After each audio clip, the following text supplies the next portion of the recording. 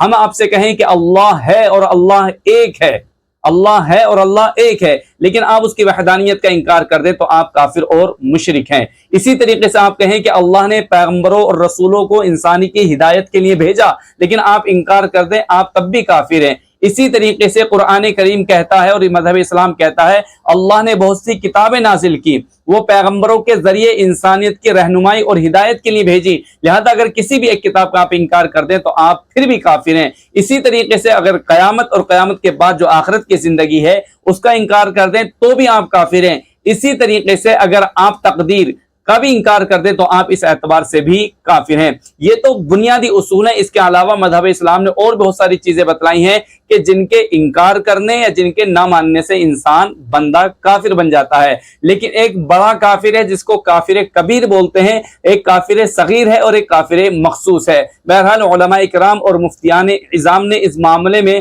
بہت ساری ڈسکشن کی ہے اور بہت ساری باتوں کو لکھا ہے، لیکن بنیادی اعتبار سے آپ یہ سمجھ لیجئے جو حق کا انکار کر دے اور مذہب اسلام اور مسلمانوں کے اکارڈنگ سب سے زیادہ اس دنیا کا جو ست ہے اور حقیقت ہے وہ اللہ کی ذات ہے، اس کے بھیجے ہوئے پیغمبر اور رسول ہے، اور اس زندگی کے بعد آنے والی زندگی آخرت کی زندگی ہے۔ اگر ان تین بنیادی عقیدوں میں سے کسی ایک عقیدے کا بھی کوئی شخص انکار کر دیتا ہے تو وہ بڑے کافروں میں شمار ہوتا ہے۔ اب آتے ہیں اپنے اصل سوال اور اس کے جواب کی طرف۔ اصل سوال یہ تھا کہ قرآن کریم نے کافروں اور مشرکوں کو مارنے کا حکم کیوں دیا ہے؟ تو بہرحال یہ آپ کے سمجھنے میں ہی غلطی ہے، اس لیے کہ قرآن کریم کی اصطلاح میں جو کافر اور مشرک ہیں اور جن سے جنگ کرنے کا حکم ہے اور جن کو قتل کرنے کا حکم ہے، لہذا وہ عام کافر نہیں ہے۔ اس کا جواب آپ نبی پاک علیہ الصلوۃ والسلام کی ہسٹری، آپ کی تاریخ، فتح مکہ کے واقعات سے بھی آپ سمجھ سکتے ہیں کہ کس طرح اللہ کے رسول صلی اللہ علیہ وسلم نے مکے کو فتح کیا اور تمام کفار و مشرکین کو معاف کر دیا۔ تیسری بات یہ ہے کہ آج دنیا میں کسی بھی مذہب کی جانکاری حاصل کرنے کے لیے، سورسز حاصل کرنے کے لیے آپ کے پاس اتنے سورسز ہیں کہ حقانیت کا علم آپ کو ہو جائے گا۔ چیٹ جی پی ٹی پہ جائیے، گوگل پہ جائیے اور دیگر پلیٹ فارم ہیں، لہذا آپ اس سے تحقیق کر سکتے ہیں کہ مذہب اسلام کے اندر کافر اور مشرک کو، کس کافر اور مشرک کو مارنے کی بات کہی گئی ہے۔ تو بہرحال اس کا جو سیاق سباق ہے سورہ توبہ کا، وہ دراصل یہ ہے کہ مسلمانوں اور کفار کے درمیان میں ایک معاہدہ ہوا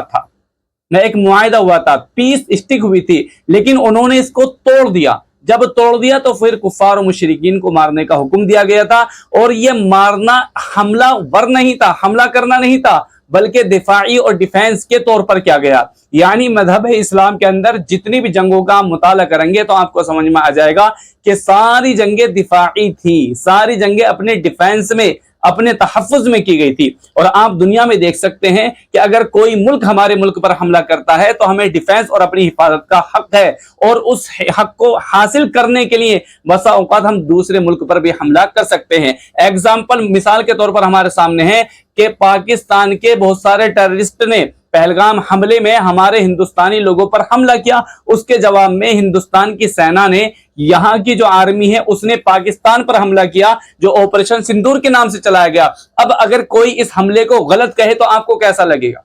جبکہ 100% یہ صحیح حملہ تھا، اس لیے کہ ہمارے ملک کے تحفظ کی بات تھی، ہمارے ملک کی حفاظت کی بات تھی، ہمارے ملک کی خود مختاری کی بات تھی۔ اب ہمارے ہی ملک میں اگر کوئی ہم پر حملہ آور ہوگا تو ظاہر سی بات ہے اس کو برداشت نہیں کیا جائے گا۔ ایسے ہی مذہب اسلام کے اندر اگر کوئی مسلمانوں پر ظلم کرے، جنگ کو تھوپ دے یا مسلمانوں پر حملہ کرنے آ جائے تو ایسی شکل میں اور ایسی صورت میں پھر مذہب اسلام نے تمہیں اجازت دی ہے۔ سورہ حج کے اندر اللہ رب العزت نے ارشاد فرمایا ایسے مسلمانوں کو جنگ کرنے کا پورا اختیار ہے جن پر ظلم کیا گیا اور ان کو ان کے گھر سے نکالا گیا۔ تو بہرحال مذہب اسلام کے اندر جتنی بھی جنگیں ہیں اور کفار و مشرکین کو قتل کرنے کا جو حکم ہے وہ مخصوص حالت میں مخصوص افراد کے لیے ہے، تمام مشرکین اور کفار کے لیے نہیں ہے۔ بہرحال نبی پاک علیہ الصلوۃ والسلام کی پوری زندگی، بلکہ قرآن کریم کی سورہ ممتحنہ میں صاف لکھا ہوا ہے کہ مذہب اسلام اور قرآن اور اللہ تمہیں اس بات کی اجازت نہیں لیتا کہ تم ایسے لوگوں کے ساتھ بھی جنگ کرو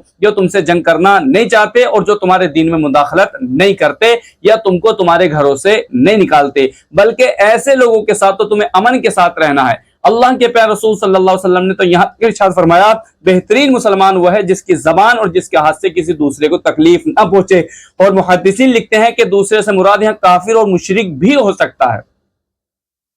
نہ کافر اور مشرک بھی ہو سکتا ہے۔ اسی طریقے سے آپ دیکھ لیجئے تاریخ اسلامی کے اندر آپ کو بہت سارے واقعات ایسے مل جائیں گے جن میں اس بات کو درشایا گیا ہے کہ کسی مذہب کے خلاف یا کسی عقیدے کے خلاف یا کسی نون مسلم کے خلاف مذہب اسلام نے جنگ کرنے یا ان کو قتل کرنے یا ان کو مارنے کا حکم نہیں دیا ہے۔ اصل اس کی جو بیس ہے وہ جنگ کے اصول ہیں۔ اگر جنگی اعتبار سے کوئی ہم پر حملہ آور ہو جاتا ہے، کوئی ہم پر ظلم کرتا ہے، یا کوئی ہمیں ہمارے مذہب پر چلنے سے روکتا ہے، یا پھر کسی طریقے سے ہم پر جنگ مسلط کر دیتا ہے، تو ایسی خاص صورتوں میں خاص افراد سے جنگ کرنے کا مذہب اسلام نے اختیار دیا ہے۔ تو میرے محترم آپ کو یہ بات سمجھنی ہوگی کہ مذہب اسلام نے ان تمام کٹر پنتھیوں کو، تمام فتنے فساد پھیلانے والی چیزوں کو روکنے کی کوشش کی ہے۔ دوسری بات، آپ کو قرآن کریم کی یہ چند آیتیں تو دکھتی ہیں، لیکن قرآن کریم کے اندر جو رحمت کے الفاظ ہیں، عدل و انصاف کے الفاظ ہیں، مساوات کے الفاظ ہیں، رحم دلی کے الفاظ ہیں، یہ الفاظ آپ کو نہیں جچتے۔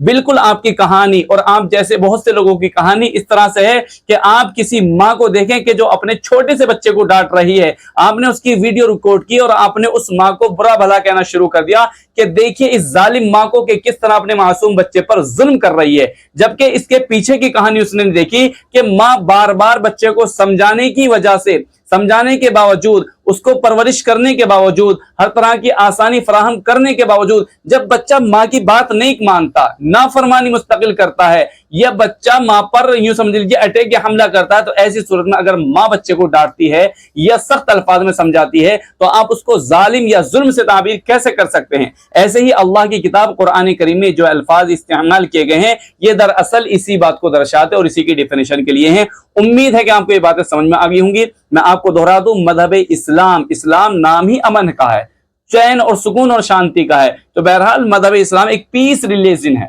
یعنی اس ریلیجن میں، اس مذہب کے اندر بالکل انسان کو عدل و رحمت اور سکون کے ساتھ زندگی بسر کرنے کا حکم دیا گیا ہے۔ لیکن اگر کوئی اس معاملے میں مداخلت کرتا ہے یا اس معاملے کو خراب کرتا ہے تو ایسی صورت میں مذہب اسلام نے مخصوص حالتوں میں ان کاموں کو، ان باتوں کی اجازت دی ہے۔